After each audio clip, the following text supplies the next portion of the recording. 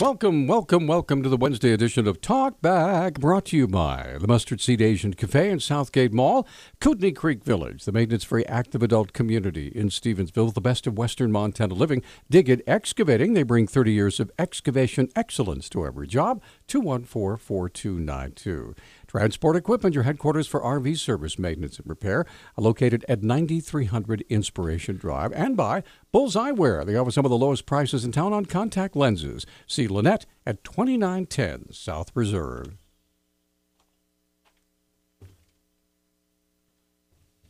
All right, here we go. It is open phones on Talkback. One quick thing I wanted to mention is that we just had a story on the Associated Press regarding a massive recall of General Mills, their gold medal flour.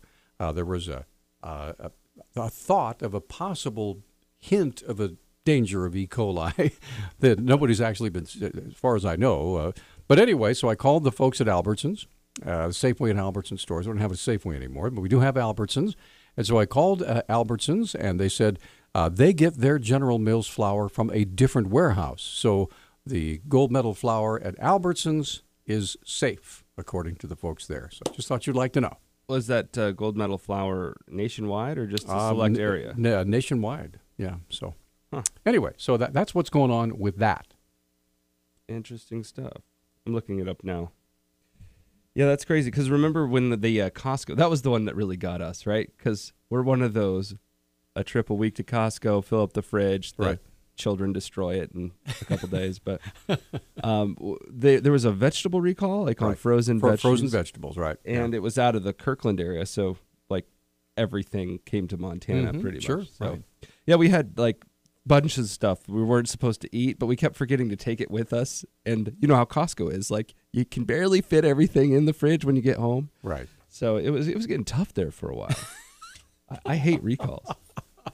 Speaking of recalls, one thing I did not recall when I had heard about this Clinton email scandal. Right. One thing I did not understand about it, which was just recently revealed to me, was the fact that during her entire tenure, they had nobody monitoring whether or not people were following the rules.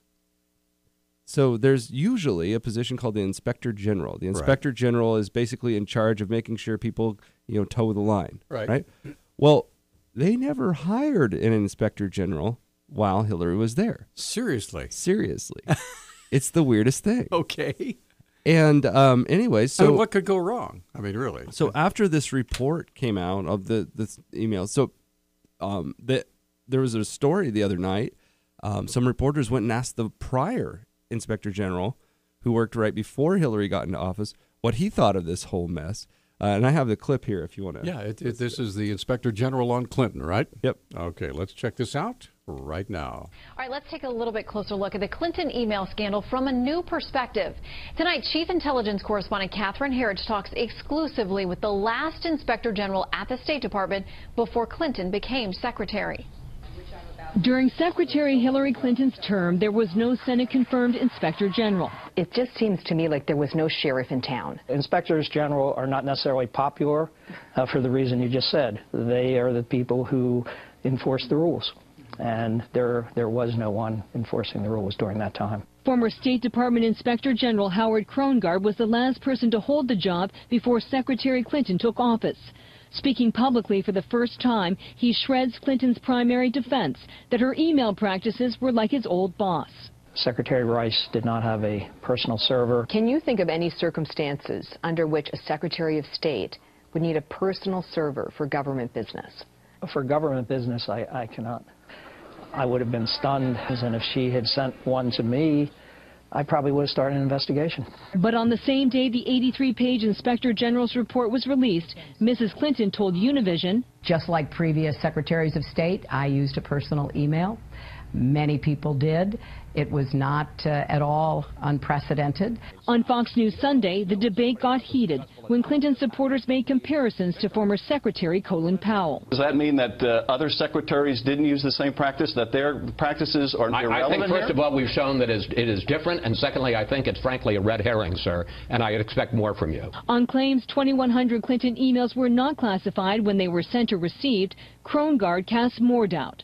I don't understand it because it was either classified by the creator or it was classified by reason of where it came from. And moving information from classified government systems to an unsecured personal server is a deliberate act. It could be done by taking a screenshot with a photo, with a camera. They could just be summarized, or they could be copied from a secure copier. It doesn't happen by accident.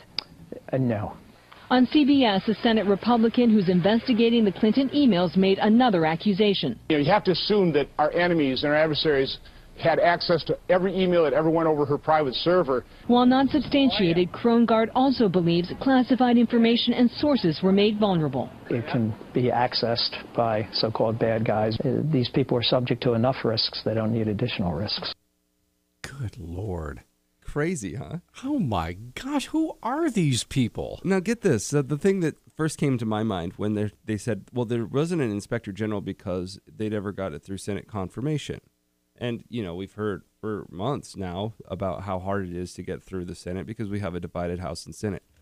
But when Hillary Clinton became the Secretary of State, both the House and the Senate were run by Democrats. So they didn't let an inspector general through their own party to join the State Department to oversee Hillary Clinton. Well, that just makes sense.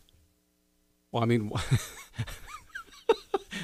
We don't want somebody overlooking our favorite daughter, right? So, you know, seriously, that's what it sounds like to me. It just sounds like another job of making sure that the fix is in. That's just my deal. I'm sorry. I've always thought it. The fix is in for Hillary. The fix is in for the primary. Doesn't matter. Even if Bernie wins California, who cares? What difference does it make? I'm gonna be the nominee. That's that's the way it's going to be. You're doing so good at imitating her voice. It really must have tickled your soul. Well, I hope I don't have to do it for the next 4 years. Let's put it that way. Well, I thought you were already past that point. Anyway. In your mind, Hillary's been elected president for life, right? I know. I just, when all this was going on at the beginning, this is before Bernie Sanders really began his big push. I was just totally convinced that the fix was in for Hillary, and that was going to be it. So, but who knows? I mean, this whole email thing, the primary is coming up. Will it all crescendo into some gigantic, kaboom, or will it just kind of, yeah, just kind of fade away? I think that for a lot of people, hearing about Hillary's emails, it's boring. Yeah. It's not like the kind of trouble her husband gets into, for example. Used to get into. Well. You know about the flight records, right? Oh, yeah. Right, that's in the last 2 years. But I think he was just chaperoning. Well, the weird thing about that is that he didn't have any chaperones. Oh. He left his security detail, went on a flight on a plane called the Lolita Express, where a man had a bed and underage girls. Right. And then they hide the records of the 5 flights he took on this thing. Wow. Okay, well, we're up against a break. 721-1290 is our number, 1-800-568-5309. What's on your mind for the next 20 minutes or so? We have open phones, and we have a candidate debate coming in 9 o'clock, right? Well, a forum debate, whatever you want to call it. Candidate forum. There you go. It's much gooder. It's the bestest. All right, so we're coming right back. We'll be right back here on Talkback. Well, wouldn't you know, I spent so much time yakking with John during the break that I forgot about my job of putting together the music. So, da-da-da-da-da-da. We're back. Talkback, everybody. Okay. 721-1290 is our number. By the way, there are a bunch of different SKUs for the flour recall. Okay. I put them on our Facebook page. You can go and see the pictures of the items that are exactly covered and which SKUs are verboten, if you will. Sure. Anyway, so let's talk about the other big talking head last night. Okay. So Donald Trump had this big press conference, right? Okay. And it might have been one of the most antagonistic relationships between the press and Trump. Yeah. They were directly making fun of each other.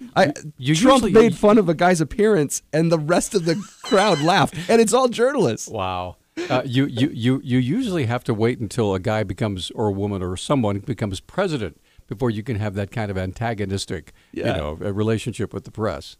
Well, not anymore. They got things off to an early romantic start. So this is the Trump press conference, Yeah, right? it is, Okay, yeah. let's get this queued up and away we go. To follow up on that, you keep calling us the dishonest press, the disgusting press. Well, generally speaking, that's 100% true. Go ahead. I disagree with that, sir. And if I can ask you this question, it seems as though you're resistant to scrutiny, the kind of scrutiny that comes with running for president of the United States. I like scrutiny, but you know what?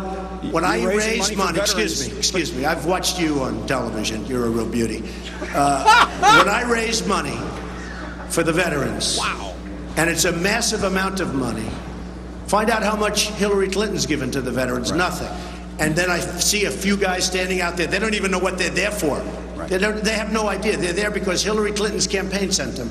And actually, I think it was you or one of you that found out that they actually were with Hillary Clinton's campaign, which was interesting, but I wasn't surprised. I don't want the credit for it, but I shouldn't be lambasted. And remember this. So out of the almost $6 million that was raised, not one penny did I take for administration costs. That's unheard of. Okay. Well, why do you continue to attack the press, though, Mr. Trump? In fairness, when you talk about not wanting to get credit for this, you did host a very public fundraiser that was televised. How else am I going to raise the money? Sorry? How else am I going to raise the money? What I'm asking, I guess, is when you did this fundraiser, it was televised, you were doing, instead of doing the debate, it received wide attention. Some people say that it may have helped your campaign. I would have given this out, just so you understand, until I was criticized. So I'm the only one in the world could raise almost $6 million for the veterans, have uniform applause by the veterans groups, and end up being criticized by the press. Yes. I made a speech, and during my speech I said, let's raise a little money for the vets. It turned out to be a lot of money, not a little money. I thought if we could get to $1 million, it would be great, which it would have been. But since then, you repeatedly touted the fact that you raised millions That's right. of dollars for the veterans. That's right. I do raise millions. No, I don't think so. I don't think so. Yeah. Mr. Trump, writing $1 million check is incredibly generous, but the night of that Iowa fundraiser, you said you had raised $6 million. Clearly you had not. Your critics say you tend to exaggerate, you have a problem with the truth. Is this a prime example? No, I raised almost $6 million. Some of it didn't come through, but more money is coming through than didn't come through. The number probably is going to be, when we finish it, probably going to be over the $6 million. Yeah. But why exaggerate? Yeah, go ahead. Good to see you, sir. So to follow up a little bit on what Jim was saying, you do realize that when the Democrats are out there raising questions about this money, the press is also reflecting what your opposition is saying about you. It's not just us throwing questions at you, because it's coming from some of them. I don't mind it coming from the opposition, though, Carl. What I do mind is when I raise all of these millions, and when we started out, nobody ever thought it was going to be over $5 million, now you're close to 6. But what you're doing is you're answering the questions now that we had back then. It was just a question. All right, so is look, a question here's the story. Here's the story. Is a question an attack? I think, and I've been dealing with the press a long time, I think the political press is among the most dishonest people that I've ever met. I have to tell you that, okay? All right. Oh, my gosh. You get the tenor of it. Wow. So all of this is over this money that he raised. Remember when he bailed out of doing the debate and I'm going to go do my own thing and raise money for the vets, right? Well, he raised the money, and 4 months later, people were, well, did he ever send the check? Journalists were asking. Apparently, he never did send any money to the group at that point. A week before they went and looked at the records, they asked his chief, kind of like his handler or whatever, right? His campaign manager, if you could call the guy that doesn't do anything apparently when it comes to running what Trump says. And the campaign manager said, yeah, we gave the money. Well, it turns out that they hadn't. After this thing came out, I think it was in the Washington Post. Were they collecting it or what? What? I don't know. The day after this story breaks that they hadn't sent the check on May 23rd. So just like last week, they send the check. And so that's what's causing all of this scrutiny. Okay. By the way, if Hillary Clinton had done the same thing, I think we'd all be calling her bluff on this, right? I agree. So anyway, but by the way, people have called. The thing is, he did raise the money, and it has been sent, right? Well, that's a big difference, right? Raising the money, is laudable if you actually give the money. Well, the money's been sent, John. Well, the money was sent after you got caught not sending the money. Right? You do not want to believe anything positive about this guy at all, do you? Or her? Yes. At least you're they seem like a skeptic. Bunch of rapscallions to me. Yeah. All right, we're going to take a break. By the way, if you have a great defense of why you'd wait that long to send the check, I'd love to hear it. Now, I think that the defense that they've been given was that they were waiting for all of the money to come in. Yeah. Right. Which apparently it may not have all come in. And I believe so far it's like 5.4 million, which is pretty close to 6 million this last time I checked. But I could be wrong. Anyway, 721-1290 is our number. We're coming right back.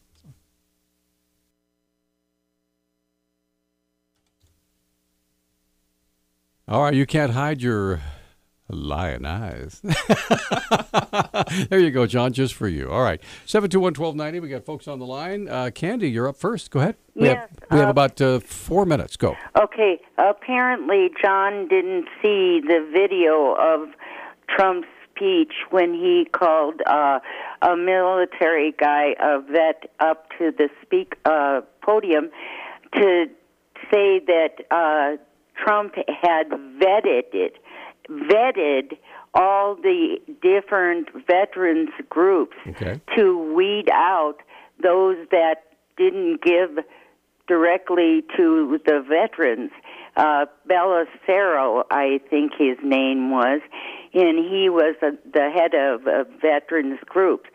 So it took a little while to bring the scum and scrape it off to the top. So you wanted to make sure the money he was giving was going to the appropriate places. Yes. Is that it? Okay. Yes. Let me ask you this. If we're going to buy that argument, if you're going to accept the argument is what I mean. If you accept the argument, did all of the vetting, did they just happen to finish it the day after the story breaks? And then it's okay to distribute the money. And right before the story breaks, it's just perfectly timed with the vetting. The man stood up to the podium and explained right there in front of God and everybody that Trump vetted all the organizations. So whether or not you accept that, he was on the video, he was in person, and I'm sorry you have such a hard time with this, with Trump, and I don't think you've ever really read his website to find out how he really sees things. Well, Candy, if he was vetting this whole time, why did his campaign manager say they had distributed the money weeks ago? I don't know. I'm not responsible for his campaign manager. No, but the campaign manager is responsible for the campaign. So you'd assume he would know things about the campaign, like when you raise money for a veterans group. Why do you have such vitriolic hatred for the man? And you can chuckle all you want. That was Peter, by the way. That was me chuckling. Oh, yeah, she hung up on us. Wow, that's a nice change. All right. Dick. By the way, you don't have to have vitriolic hatred for someone to call into question actions of that person. Right. Okay, Dick, you're on Talkback. You got a minute and a half. Quick, go. Yeah, quickly. I was going to make a comment on the vetting too, but this lady's pretty well covered it. As far as the using it as an excuse, I'm not so sure that you don't have a point here with regard to the timing of sending the money. However, I think you do overemphasize it. First of all, if you want to give credit to the press for prompting an oversight or a mistake or a misstep on Trump's part, I can understand that. But you do have a tone of resentment and suspicion that I think... I definitely have a tone of suspicion. I agree with you. I'm very suspicious. Well, I think being suspicious... Well, he's also, to be fair, he's also suspicious of Mrs. Clinton. By the way, people have dug into how much Clinton has given to the vets. We're talking $70,000. Yeah. It's apples and oranges, the amount of money that they're both giving. Yeah, I think it probably a little sit back on your part would be really nice because, first of all, you have to make the premise that when you're talking about politicians, all of them are suspicious. So, you can just put that as a given and then try to sort from there. It's like the grass is green and it's long, right? Yeah, exactly. Okay, thanks for the call. Appreciate it. All right. I hate to do this to you guys. John and everybody else is calling you. We're out of time. And we have a candidate forum coming up in the 9 o'clock hour for House District 99. Marilyn Ryan is going to be here and her opponent. So we'd like to have you guys call in with your questions about local politics when we come back from our break at the top of the hour. We appreciate all of your calls. And by the way, Candy, I was the one who was chuckling, not John, and I wasn't chuckling at you. So, all right. We'll be back. Welcome back. Hour number 2 of Talkback is underway, sponsored by Nissan Hyundai of Missoula, celebrating their grand opening sale, offering top dollar for your trades, 0% financing up to 72 months. Selway Armory on Stockyard Road, with more guns and ammo than anyone in Missoula. The best prices in Montana, Montana's premier firearms dealer. AAA pays for itself with discounts on big brands. Join now, get a free canvas tote. Visit AAA.com/Montana. Western Montana, New Holland, south of the Y on Highway 10, across from the Axemen, and by Spray Green Lawn, providing lawn aeration service, fertilization, and weed control. Mention this ad, get 15% off your first treatment, 207-9273.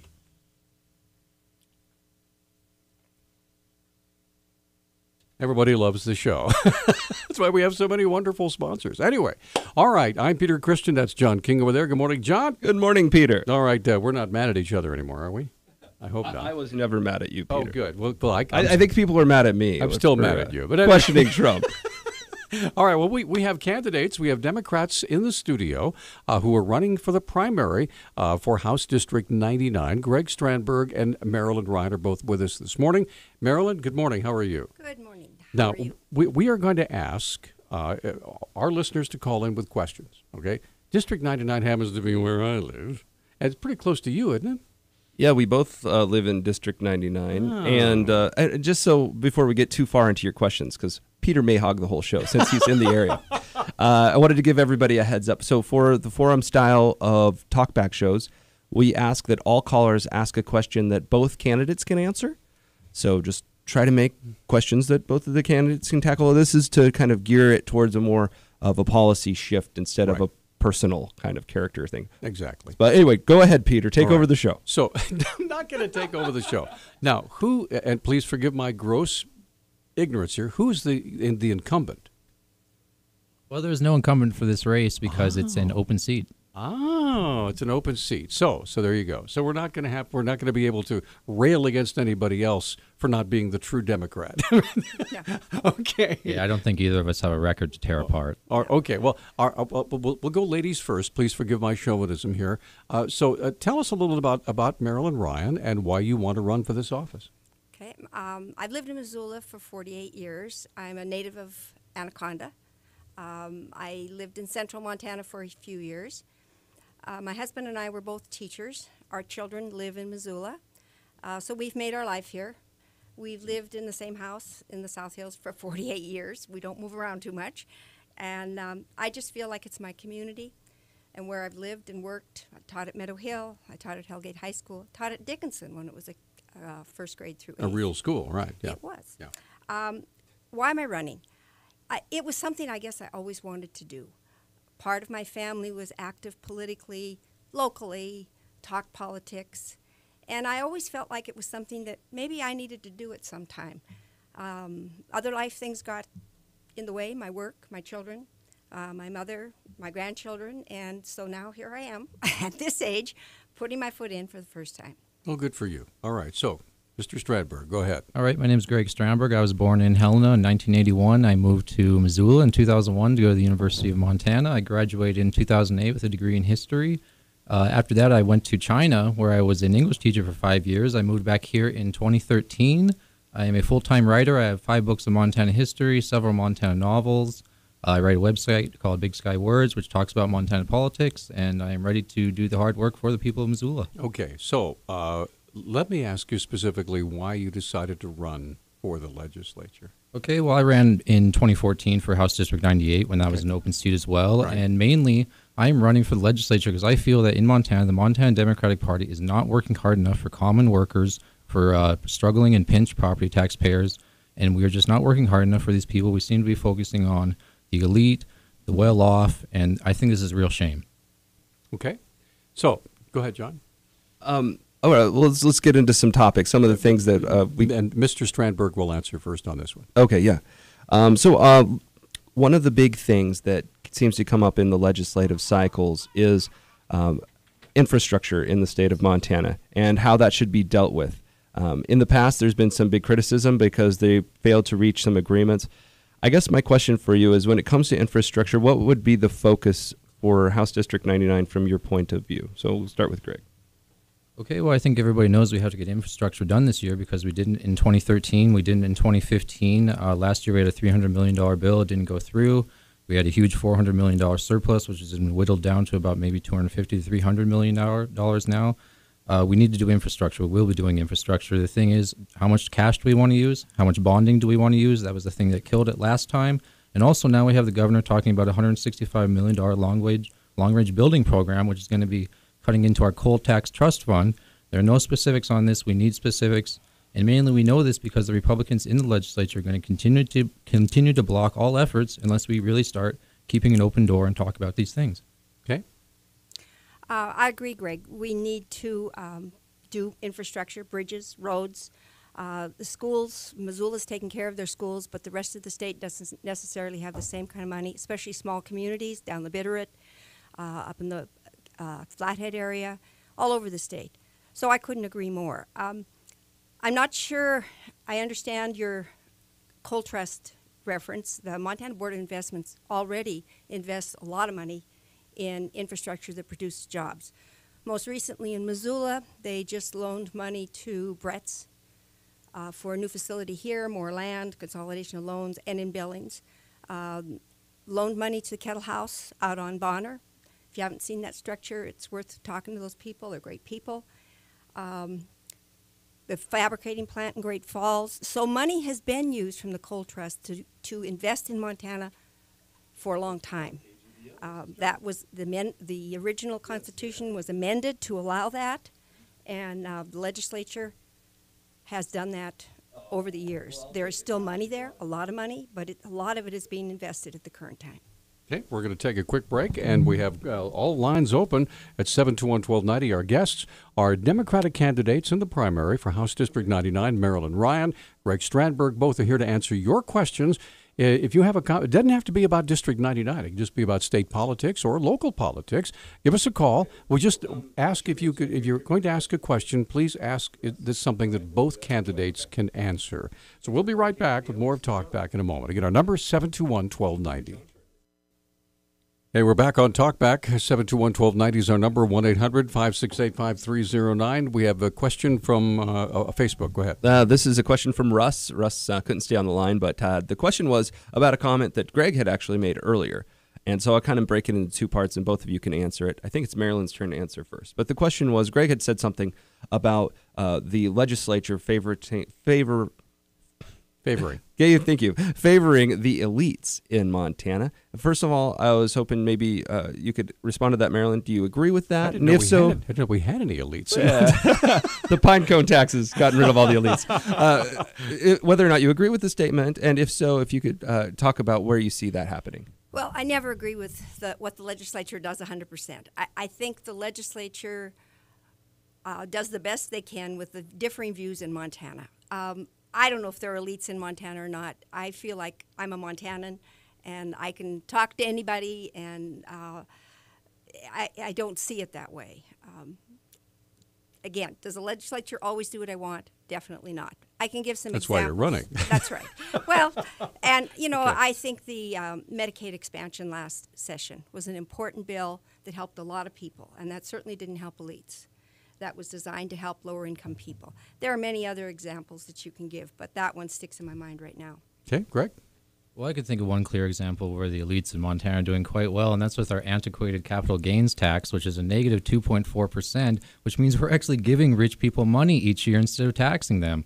And this is just an example of how our coffers are being stripped away, we're losing the money for essential services, but at the same time, many of these elites are clogging up our eastern district and along our highline because the Democratic message continually fails in this state. Nobody cares about the Democratic message if they even hear it, which they often don't because our Democrats are always at private event fundraisers raising money instead of getting out there and meeting with the people.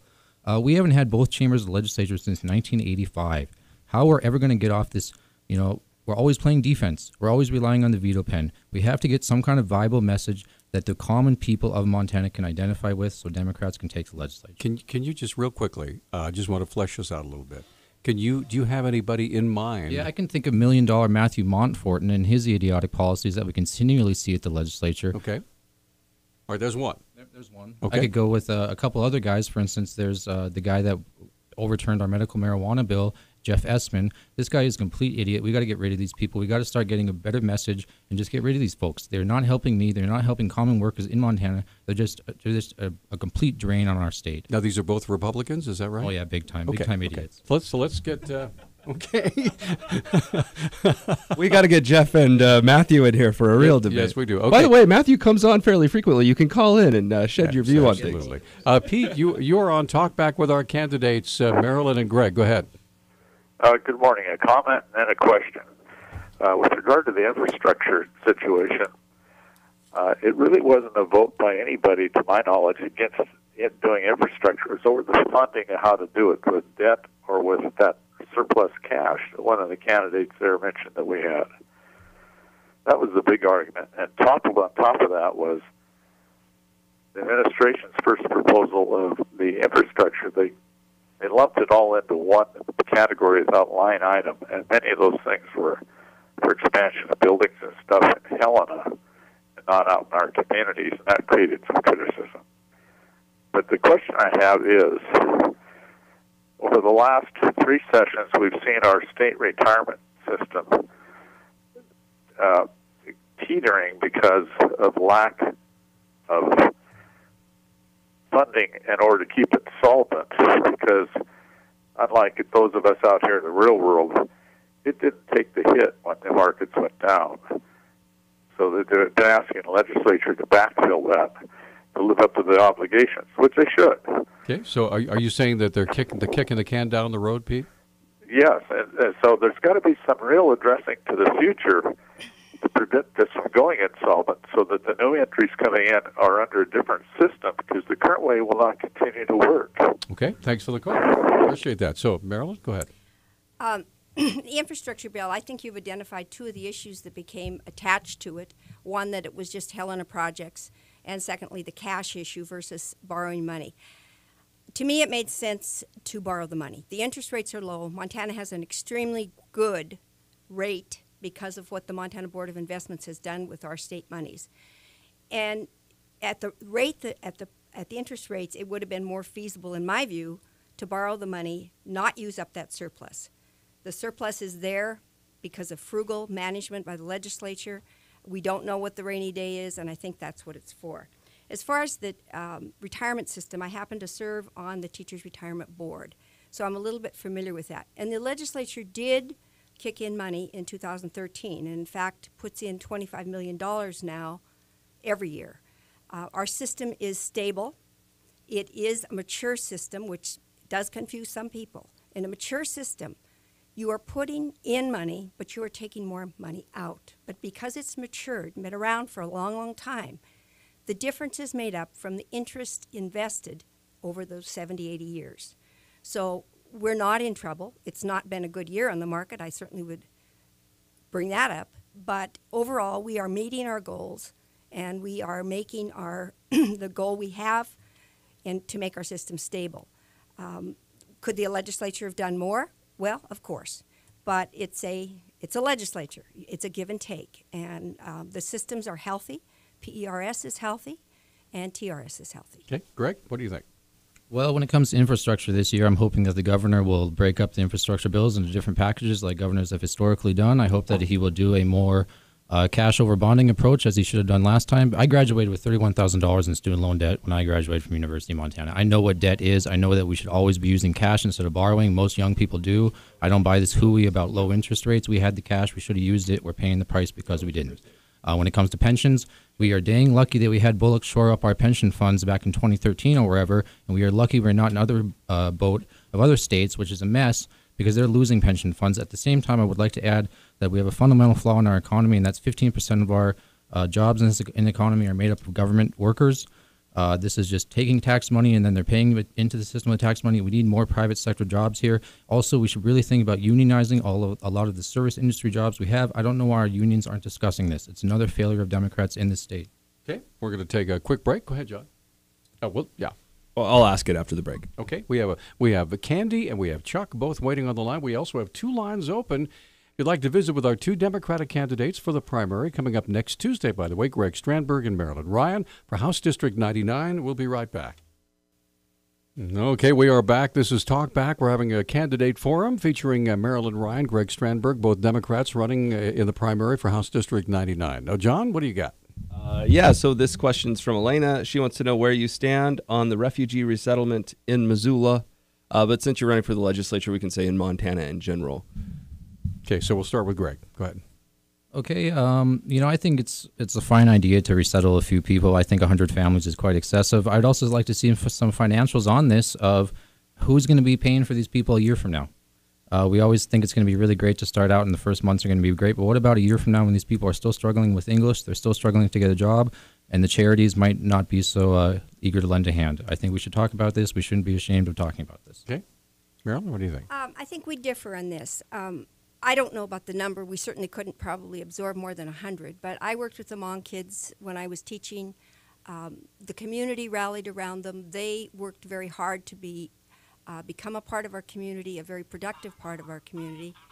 And I think we can do the same thing this time for the Syrian refugees.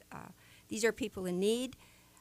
We have an abundance, and I believe the churches and the other social services in town would make sure that things went smoothly. Okay, let's get to the phone and say good morning to Candy. First of all, thank you for holding, Candy. What's up?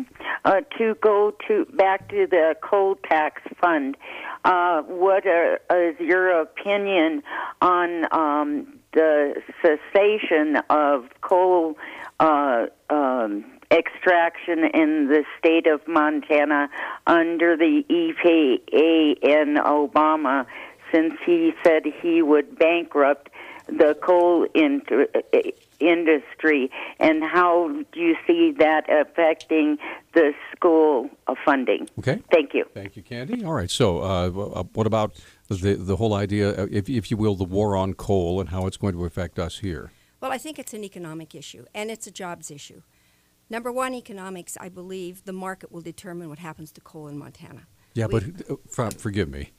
Go ahead. It seems to me that the market is being manipulated mightily by forces that don't want coal and don't want oil on the rails or on the roads or anywhere. So doesn't that affect the markets? Well, I think the market's being affected right now by the low price of natural gas. And it's a competitor to coal. Political decisions about climate change and all of it, the reality is there is a problem. We've both been to China. We just talked about that. The skies in China are unbelievable. What they consider a good day, we would find horrifying in this country. The Chinese are well into alternative energy, water heaters on their roof. Their street lights are solar in the areas I traveled in. They've identified it as a problem. Now, I'm not going to try to explain the Chinese government or when that decision will be made or how it will be made. That's well beyond us. But I do believe the market, the price of natural gas right now is driving the market for coal down. Okay. I'm concerned about the workers in Colstrip and the other coal areas of the state. I'm from Anaconda. I know what it's like when you shut down the major industry. It is an economic disaster. It's a social disaster for people. Suicides, violent deaths, car accidents, alcoholism, drug use. It's a huge problem. We can't have another one of those in the state. We have to take care of the people who are working down there, and we need to start doing it now. Can't wait until the market, look at Montana history. Greg knows Montana history. Look at granite, look at garnet. I mentioned Anaconda and Butte. It's the history of Montana resource development. I grew up in a resource development community. I understand it, and I really believe we have to take action now. Okay, Mr. Strandberg, go ahead. Yeah, my opponent makes some very good points. In Colstrip, they don't care if they're mining coal, if they're doing things with wind or solar, as long as they're making the same paycheck every 2 weeks. And we need to make sure that they're making that paycheck, and we could do that by transitioning over to solar, wind, and other things. Brian Schweitzer wrote a great book a year ago that outlines what Montana could do now to make this happen. Peter, you mentioned forces outside of our control, such as the Washington legislature. Well, I think we have higher forces than that even that are really kind of colluding to make sure we continue to use coal and oil when we don't need to. We're trying to get net metering going in the legislature now as a thing. The Republicans are continually blocking this. Lobbyists for Northwestern Energy are continually blocking this. We have the means to transition. Why aren't we doing so? Okay, go ahead, John. Follow-up question on this topic. So you have a lot of ideas for how to help revive coal country economically, socially, as you had mentioned. But my question for you is this. A lot of people will say, well, where's the money going to come from? And some people point to the Coal Trust Fund as perhaps an avenue to do that, since obviously it's directly related to coal. Would you recommend using that money to help rebuild the infrastructure of these areas that may be going through a tough time? Okay, Greg first. Well, what are we going to use the coal trust tax fund for, and when are we going to start using it? Are we just going to be living off the interest? And also, while we're on it, why don't we start setting up a solar tax trust fund and a wind tax trust fund? It's about time. We can't rely on coal forever. It seems Bullock is dipping into it now with long-range building. We need to talk about that. We need more specifics on it. I would be open to listening to just about any ideas we have. But when we start talking about that trust fund, it gets very touchy. I don't know if we'd have the votes. I'd really need a lot more information. Okay. Marilyn? Well, I remember well the battle over the coal trust. I remember K-Ross Tools. Greg's probably read it as well. And the battle over they wanted 10 production areas for electricity down at Colstrip. It came to 4. And K-Ross Tool was one of those people who pushed not only to get the production out in Washington and Oregon, but also to develop the coal trust. My memory of the coal trust, it was designed, or at least it was sold at that time, on taking care of the people in the coal counties when the coal came to an end. They knew it was going to come to an end. So somebody was thinking ahead. That's what it was about. Right. Over the years, the legislature has looked at that big store of money and decided there were things that we could be doing with it now that would help economic development. I didn't always agree with those, but there are some that are out there that are working, as I mentioned already, effectively. And the money, to me, the money was originally there for the coal workers and the communities. Okay, we're going to take a break. And so Chuck and Brenda and Bern, your up guys are up. We also have a line open, and you can make your comment on our Facebook page. It's a great discussion so far. Greg Strandberg and Marilyn Ryan, both Democrats running for House District 99. And we'd love to hear your comments. We'll be right back. Talk back just rolling right along. All 4 of our lines are full right now, so let's go ahead and jump right in and say good morning to Chuck. Chuck, first of all, thank you for holding your arm with our guests, Greg and Marilyn. Go ahead. Well, they're really responsive, but I really feel they're incomplete. And what I'm talking about is when we had the health care expansion, I don't know the exact name of it, it expires at some point, and we have to pick up the money. Well, I guess we just use more of our coal tax, which is dying on the vine. And let's bring more people from Syria here because they really do join the community like they did in England, France, Belgium, Turkey, Greece, where they have their own country set up within those countries, their own court system, their own government. And what she said about the other people coming over and joining the community isn't the same with this group. And it's all an incomplete discussion. Who's going to pick up the tab for the expanded health care when the government says, we're broke, it's your turn now? Okay, thanks for the call. All right, so Marilyn, we're going to start with you on that. At some point, Medicaid expansion, federal support is going to diminish, state support is going to have to increase. What do we do at that point? I think the state pays it. I think health care is a basic right we all deserve. And low-income people, the United States has one of the highest costs of medical, it has the highest cost of medical in the world. And yet people go bankrupt every year because of medical costs. I recently had somebody on the doors talk about their young child who I happen to know was disabled, and it bankrupted them. Would you not take care of your child and go bankrupt? Of course you would. The state will pick up the cost. It's not 100% pick up by the state, but it will happen. Okay, Greg? Our health care... hold on, one quick thing about what he said about the refugees coming in, Syrians, perhaps coming in with a different mindset. We haven't met them yet. We don't know. But as he had mentioned, what's happened in Europe, trying to force their values on whatever community they happen to settle in. I come from immigrant folks. In the 50s, we used to tear apart clothes and put money into the hems of the dresses and the coats we sent to Europe to our family in Slovenia because they were starving. I don't want to see that happen. We can't afford to take care of people here. Our family over there is doing just great now, but it took family help through devious means to help them. Let's help them up front in Missoula. Okay, Greg, go ahead. Our healthcare system is broken. Obamacare is a joke. We have an Obamacare policy in our family. It's got a $10,000 deductible. We don't make enough money to ever pay that. It's a joke. The premiums are terrible for people that had policies before. We should be doing a single-payer system, but our healthcare system is bought and paid for our politicians in Washington, so we'll never get it. When it comes to Syrian refugees, they are going to drain our social services systems like crazy in this town and around this country. I did a ride-along with the Highway Patrol a few weeks ago. They tell me about our crammed jails and how full they are, how the social services are totally drained because of all of our transient population in Missoula. And if you're going to add a bunch of refugees in there as well, it's just going to be a big mess. We need to see more financials on this. The fact that we're not seeing them should be a red flag. Okay, let's get Brenda on the line. Brenda, you're on with Greg and Marilyn. Go ahead. Hi, I have to say I agree with what Greg just said, but what I wanted to ask both of your guests is, what do they think that the loved ones of those people in San Bernardino would say about bringing some more of those refugees in? And I'll listen off the line. Thanks. Okay, thanks for the call. So, Greg, you're first on that one. Well, I guess we must be talking about one of the numerous shootings that we have around the country. Everybody seems to think guns are a big problem in this country. I don't know why. Doctors are killing more people by mistake every year, hundreds of thousands. We never talk about it because, again, our healthcare system is bought and paid for by our crooked politicians in Washington. We need to fix this. It never will be fixed because we always continually vote for D's and R's, even though they're bought and paid for. Our system is broken. When it comes to refugees, I just think let's look at the financials. Let's see more specifics. Where are they going? When are they coming? How many? The fact that we're not seeing that should be a huge red flag. Okay, Marilyn, if you were visiting with some folks in San Bernardino who maybe lost loved ones in that terrible shooting that occurred last year, how would you respond to that? Well, Greg and I differ on this. I don't hunt, but my family does. My friends do, and so I will rely on their views. I do not believe the semi-automatic and the automatic weapons, although people on the doors have told me the semi-automatic weapons are just fine. I don't know how you use those when you hunt. We have a hunting culture in this state.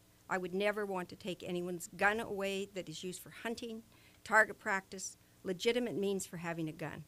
But I definitely do not believe that the number of automatic and semi-automatic weapons available in this country is appropriate. I would talk about that issue. For both of you, would you consider self-defense a legitimate reason to own a gun? I'm sure it would be. We're not gun owners. Well, I guess we are. We have old guns in our house, and neither of us know how to shoot them. But, yeah, self-defense is something, although I just don't see that is a major problem for most of us in Missoula. Okay, Greg? Anybody who wants to own a gun should be able to, pretty much. We have a lot of restrictions. A lot of them are unnecessary. Guns aren't the problem in this country. We have a lot more things killing people. It's not an issue. Okay. Go ahead, John. I want to throw in a firebrand real quick. This is a question that hopefully will find some differences between you. Obviously, you're running against... Let's have answer this after the break. You're running against each other in the primary. Where do you individually think that you are most different from your opponent? What policies or differences have you noticed about this campaign that you would like to highlight in the way that you see the world? Okay, we're going to come right back, and we'll have Marilyn answer that first, and then we'll talk with Greg. And we have Bern and Mike, and line 1 is ringing, and line 2 is open, 721-1290. We're coming right back. Okay, we are back on Talkback. 721-1290 is our number, 1-800-568-5309. All 4 of our lines are rocking, so let's jump right in here and go with our next call. That's Bern. Good morning, Bern. Good morning. I have a question.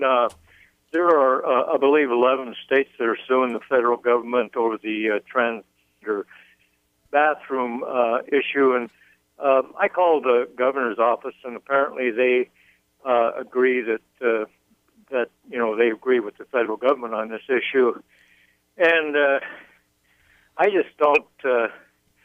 I guess if I decide that I'm transgender today, I can go in the women's bathroom and terrorize women, and that's okay. So I guess I just want to know where they stand on this issue. Okay, thanks, Bert. So, Marilyn, we'll start with you. Do you believe it should be a state-by-state issue, or a different side about it, or is this much ado about nothing? I think it's much ado about nothing. I'm not worried about a man coming into a bathroom that I happen to be using. Women's bathrooms always have stalls. I think we have laws to protect people. I think it's an issue that's been blown out of the water. The concern is for the individual. I've seen students who struggled with their gender. I don't understand it completely, but I understand the struggle they go through. I've read the science that they go through. I think our issue should be the child, the adult, that is struggling with who they are. Okay, Greg? This is just a great example of the 1% using the corporate media to trick us and to distract us from the issues that really matter, like how much money we continually waste overseas on pointless wars and how broken our healthcare system is. Bathrooms and LGBT, this is not an issue. Okay, go ahead, John. Yeah, back to the issue that I posed right before the break, which was, what is your biggest disagreement with your opponent in this race? If you could kind of clarify some big differences, so give voters a clear option of where they want to go. Okay, Greg, we'll start with you. Well, I think what we're really looking forward here in this race is, what do we want the future of the legislature to look like? How do we want the legislature to be acting as it goes into the 2020s? And what policies do we want to be looking for? My opponent is a lot older than me. I'm 35 years old. I graduated university with a lot in debt. I understand what young people are going through. I understand the struggles to find jobs. I understand a lot of things that, just isn't represented in our legislature anymore, which is frankly a lot of old people with gray hairs, a lot of retired ranchers, a lot of retired teachers, a lot of people that were making their money off of the public dime and then weren't in the private sector like I am, struggling to make money for their family. We need more of this perspective. We need new perspective, and that's what I present. Okay, go ahead. Marilyn? We've had little opportunity to compare what we've done, and today is one of the few we've had. The gun issue seems to be one of those issues. The issues that Greg brings up, I definitely am concerned about. I would like to see my grandchildren come back to Montana to work. They don't work here. They work in Arizona. They work in Minnesota. One's looking for a job back east. I understand that. I'm an educator, so I guess I'm one of those people Greg is talking about. I've always been active in trying to promote education issues, and that will be one of my major issues. I think the guns is probably the big issue that makes us different. Okay, let's get back to the phone. Say good morning to Mike. Mike, you're on with our candidates. Go ahead. Well, yeah, I was going to ask a question, but I'm going to give both of them a suggestion. And I'll tell you what, I'll give each one of you a $100 bill if you can find hunting in the Constitution. That's worth $100. And if you can find freedom of religion in the Constitution, that's worth a $100 bill. Please. Lady, you're an educator. Read the Constitution, for God's sakes. That's absurd. Well, That's my statement. I will leave. If they can find these two things, I'll give them each $100 apiece, $100. Mike, I asked you to ask a question that both can answer. I was going to. Okay, I'll ask the question. We're going to do what for the? We're going to get a trust fund from the wind and solar. I believe it takes a huge subsidy to make either one of them paying. Where are they going to get the trust fund from the solar when we're paying them to work? Okay, thanks, Mike. All right, so we'll start with that. Marilyn? Well, I haven't, it was Greg's idea about the trust fund. I really hadn't thought on those terms. You're right, there are subsidies for solar, but you also need to realize that the price of solar panels have come down dramatically. And people are putting solar on their own houses. I've seen them in my own area I'm working with. Your Constitution issue, I have read the Constitution, and I do believe separation of church and state is listed. Okay, Greg? We are going to have a renewable energy windfall in this state, and it is going to be just blowing money everywhere when it comes to wind and solar. When those things take off, when we get the stranglehold of coal and oil off of those renewable resources, we need to have the systems in place to start making some money off of that at the state level with our tax trust fund. We'll just model it right off the way we did coal, and we'll follow the example of other states as well. Okay, let's get back to the phones and say good morning to Marilyn. Marilyn, you're on with our candidates. Do you have a question that both can answer, please? Yes, good morning. I really like Matthew Monforton because he actually believes that the baby in the womb is a person and should be protected by law and the Constitution. Most all Democrats think it's just fine to murder babies in the womb. How about you? Okay, thanks for the call. So we'll start with you, Greg. We have 0.6% of the population in this country gets an abortion each year. It's not an issue. It's another issue that the rich uses to distract us from how they've stolen this country from us. Abortion is not an issue. We can try to make it one, but it's a joke. Okay, Marilyn, what about you? Greg makes a good point. I am for a woman's right to choose, and I will never put myself in the position where I will judge another woman on their choices they make. Okay. All right. Thanks for the call. All right. So let's get Carol on the line. Carol, you're up with our candidates. Go ahead. Oh, thank you very much. I was calling to find out what would they do to educate the immigrants that would be coming in, that we would not have the same issues that Germany's having. all these other European countries having of rapes of young girls? And how could we educate them not to do this? Okay. I appreciate that. Thank you. Okay, thanks for the call. So we'll start with you, Marilyn. What is that something that you feel would be necessary for folks coming in? Well, education is obviously necessary. I think what's happening in Europe and what's proposed for the United States are two different things. The numbers that will be ultimately allowed in the United States are very small. The numbers that are charging across Europe, I don't know how else to say it. You watch the pictures last summer at the borders. You watch the ships coming from Africa, and you watch them go over. I don't know what you do. Geography teaches you cannot stop human movement. It'll happen. I don't believe we have the problem that Europe does with the Africans and the Syrians. We have issues of our own with immigration from the countries of El Salvador, Nicaragua, who are having terrible problems, and I think we need to be addressing them a different way than are currently being proposed by some of the politicians. Okay. Greg? Well, where are these Syrian refugees coming from? I guess they must be coming from Syria because we've had a war going on there for 5 years. Why is that war going on? Well, it's just another in a long line of these endless oil wars that we keep fighting, the rich keep waging on us, and we got to pay the price. Well, who's paying that price? Who's going to pay for these immigrants? I hope if the federal government's going to be foisting them upon us, that they pay every single dollar every single year that they're here until those people can stand on their own 2 feet. Until we start talking like that, I want to see more numbers on how many are coming and how much it's going to cost. Okay, we're up against a break. 721-1290. Our guests in the studio, Greg Strandberg and Marilyn Ryan, both Democrats running for the primary coming up next Tuesday from House District 99. Well, when we come back, we'll have about 6 or 7 minutes, so give us a call. Okay, we're back on Talkback. We're rocking right along, and our guests in studio candidates, the Democratic ticket for the primary, Greg Strandberg and Marilyn Ryan, and I believe Catherine is up next. Hi, Catherine. Good morning. 2 questions. 1, define the term rich. It's a very ambiguous term. Number 2, this has to do with zoning. The federal government is instituting a bunch of new rules through the Housing Authority, Health and Human Services, regarding overturning local control of zoning laws. What do you think about that? Okay. Thanks for the call. So I guess we'll start with you, Greg. If you could define rich for us. Well, I would say if you're making more than $100,000 a year, you're probably rich. I made $19,000 last year, so I'm not making a lot. But let's listen here. If you got 2 people making $100,000 a year, it doesn't mean that they don't have a mortgage on their house or a bunch of car payments or kids in college, and it doesn't mean they're not struggling just like somebody who's making minimum wage. And we forget that. The real enemies of us right now are the 1% and the 4% and the 5% wanting to be just like them, that don't pay any taxes, that continually get handouts and rebate checks. We need to start talking about this and getting our bought and paid for politicians in Washington to do something. Okay, go ahead, Marilyn. You're up. Well, I don't know the federal definition of the poverty level, but to me, that's the issue we need to be looking at, is the wages that people make, the fact that they can't afford the housing, and Missoula is a beautiful example of that. It's a very difficult place to find a house to live in that you can afford, an apartment to live in that you can afford.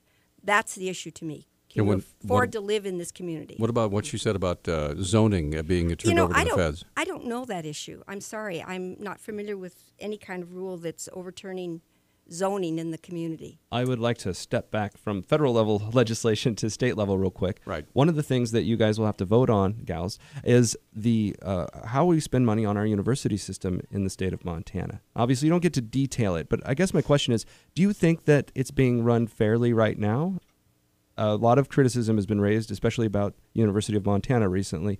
I was hoping you could wax eloquent on this. Okay. Marilyn, you first. Well, Peter mentioned earlier before we went on the air that the rate that the state supports education, the university system, is way down compared to what it was years ago, and I would certainly agree.